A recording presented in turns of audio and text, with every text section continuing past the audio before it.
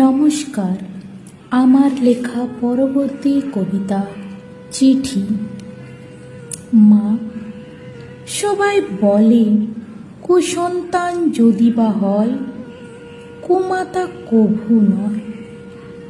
মা, এই জ্ঞান আমার নেই, আমি জানি না কুসন্তান কি হয়, কুমাতাই বা কি হয়। মা, তুমি তো জানতে। মা, তবে কি তুমি বুঝে গিয়েছিলে আমি তোমার সেই অযাচিত কুসন্তান, যাকে জন্ম দেয়া তোমার জীবনের এক বড় ভুল। তাই হয়তো এই ভুলের সংশোধন ছিল আমার 10 দিনের নির্মম নিষ্ঠুর কারাবাস। মা, আমি জানি এই 16 মাস ধরে তোমায় অনেক জ্বালিয়েছি। এখন তুমি কি সেই জ্বালা থেকে মুক্তি পেয়েছো? মা, জানো এই 10 দিনে আমার চেহারার 10 অবতার হয়েছিল। ক্ষুধা তৃষ্ণাতেও আমি তোমাকে ভুলিনি। আমি শুধু মা মা করে চিৎকার করেছি, ভেবেছি এই হয়তো মা আমাকে আলিঙ্গন করতে আসছে। কিন্তু না, তুমি হয়তো বাড়ি ফিরে আমার জীবিত হাসি মুখখানা দেখবে না বলে মনে মনে পণ করে নিয়েছিলে। তাই তো টানা 10 দিন পর চৌকাঠে পা রেখেছিলে আমার কঙ্কাল সার শীর্ণকায় দেহটাকে দেখতে। আচ্ছা মা, কেন আমায় এত কষ্ট দিয়ে মারলে? আমার মৃত্যুই যদি তোমার জীবনের লক্ষ্য, তবে কেন একটু কম কষ্ট দিয়ে মারলে না আমায়?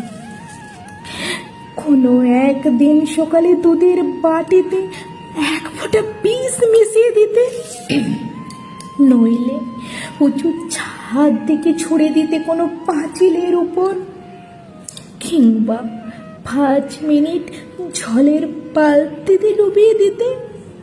তাহলে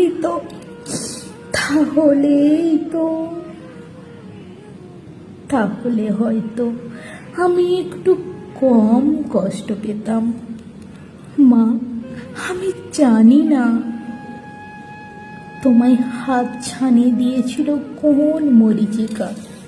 মা, তুমি কি পেয়েছো খুঁজে সেই আনন্দের শিখা? মা, তুমি কি গায়ে মাখতে পেরেছ সেই সুগন্ধ? ছুটেছিলে যে ফুলের ঘ্রাণে। মা, শেষ নিঃশ্বাসটুকুর সময়ও আসলে না ছুটে একটি পারের তরে।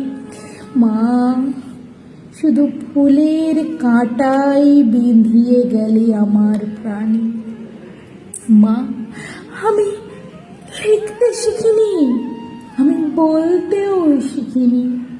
যদি আমি পারতাম, বলে যেতাম এই পৃথিবীকে চিৎকার করে, হে জগৎবাসী, আজ আমার নেই কোনো ভয়।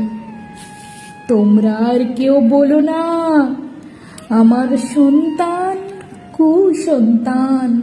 না না মা, না, শুধু সন্তান নয়, কভু কভু মাতাও কুমাতা হয়। আর হে ভগবান, তুমি মৃত্যুর আগেই শেখালে আমায় জীবন অঙ্ক।